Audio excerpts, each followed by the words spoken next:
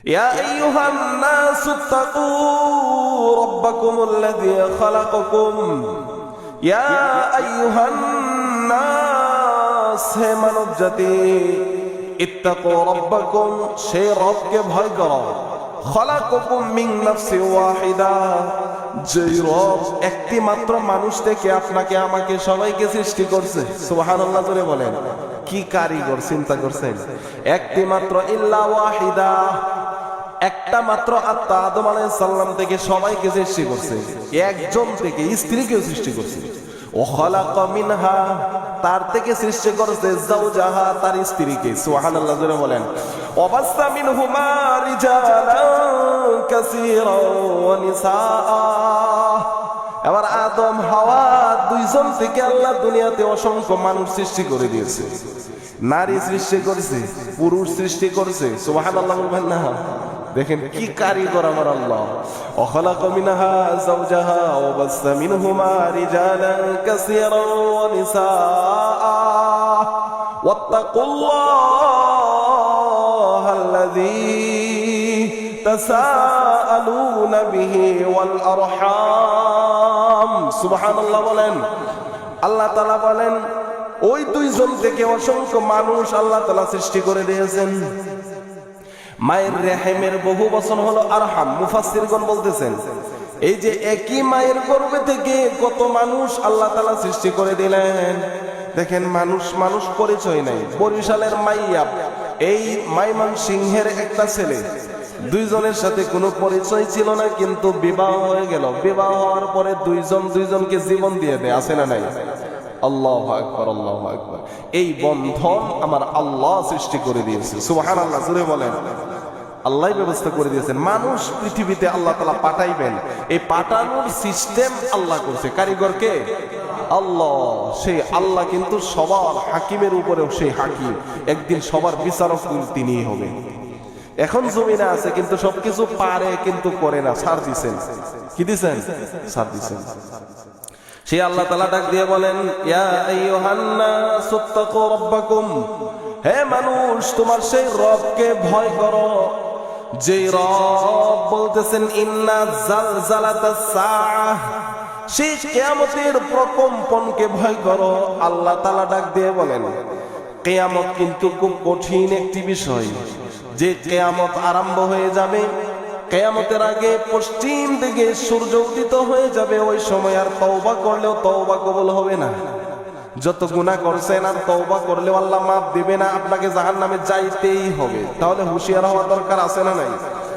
ইন্না জালজালাতাস সাআহ শাইউন আযীম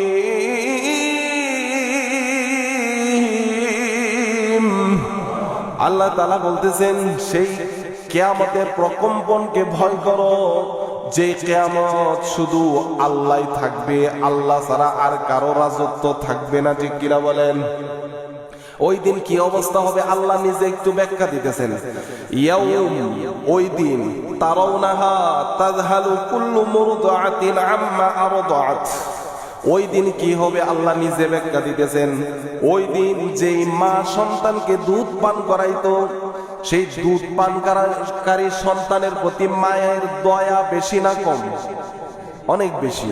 দুধ পান করাইতেছে কিন্তু বাচ্চাকে রেখে আল্লাহর গজবে দৌড় দিয়েছে বাচ্চার কথা স্মরণ থাকবে না কি কঠিন কথা ইয়াউমা তারাউনাহা তাযহালু কুল্লু মুরদিআতিন আম্মা আরদাআত ওয়া তাদউ কুল্লু যাতি হামলিন হামলাহা ওই দিন দুধ পান করাই তো বাচ্চাকে ভুলে যাবে মা আল্লাহর গজবের ভয়ে দৌড়াইতে থাকবে শুধু তাই নয় মায়ের পেটের ভিতরে সন্তান থাকবে ওই সন্তান তার এমনি প্রসব হয়ে গেছে সন্তান বাইর হয়ে জমিনে পড়ে গেছে এরপরে আল্লাহর গজবের ভয়ে সন্তান যে হয়েছে সে টেরও পাবে না ভয়ে দৌড়াইতে থাকবে আল্লাহু আকবার কি অবস্থা হবে একটু চিন্তা করেন মাথাটা একটু খাটান না দেখেন আল্লাহ কি বলতেছেন আল্লাহ রাব্বুল আলামিন বলেন ওয়াতাদউ কুল্লু যাতি হামলিন হামলাহা ওয়া তারান নাস সুকারা ওই দিন মানুষ মাথালের মতো থাকবে গর্ভধারিণী মা সন্তানের কথা ভুলে যাবে সন্তান প্রসব করেছে, এরপরে প্রসবের সন্তানের কথাও মনে থাকবে না। নিজের মা দুধ পান করাইতো, সন্তানের কথা মনে থাকবে না। মানুষ মাতালের মতো দৌড়াইতে থাকবে, যেমন মদ পান করছে এমন অবস্থা। আল্লাহ রাব্বুল আলামিন ওয়া মা হুম বিসুকারা, আল্লাহ তাআলা বলেন কিন্তু না, তারা কিন্তু মদ পান করে নাই, তারা নেশাগ্রস্ত না। কেন এভাবে দৌড়াইতেছে? আল্লাহ তাআলা বলেন ওয়ালাকিন্না আযাবাল্লাহ ওয়ালাকিন্না আযাবাল্লাহি লাশাদীদ।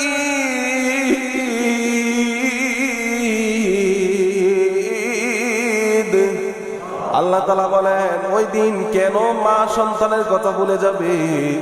মানুষ নেশাগ্রস্ত অবস্থায় দৌড়াইতে থাকবে। ওই দিন কারণ হলো মানুষ আল্লাহর গজবে, আল্লাহর আযাবে মানুষ পাগলের মতো হয়ে যাবে। আল্লাহু আকবার। মানুষ পাগলের মতো দৌড়াইতে থাকবে। কি অবস্থা! আজকে আমাকে কে বাঁচাবে? বাঁচানোর মতো কেউ নাই। ওই দিন নিজের সন্তান সামনে পড়বে, আল্লাহর গজবে সন্তান কেউ চিনবে না। সন্তান বাবা মার সামনে পড়বে, আল্লাহর আযাবের ভয়ে ওই দিন মানুষ নিজের মা বাবাকেও চিনবে না। হাদিসে আসছে, নবীজি সাল্লাল্লাহু আলাইহি সাল্লাম বলছেন, ওই দিন মানুষের এক বর্ণনায় আছে আধাত উপরে অথবা অর্ধ মাইল উপরে চন্দ্র সূর্যটাকে দেওয়া হবে। আজকে সূর্যের একটা মুখ জমিনের ভিতরে দেওয়া হয়। এই জমিনে যখন সূর্য পরিপূর্ণ তাপ দেয় তখন জমিন ফেটে যায়, মানুষের মাথাগুলি ফেটে যাইতে থাকে, ঠিক কিনা বলেন?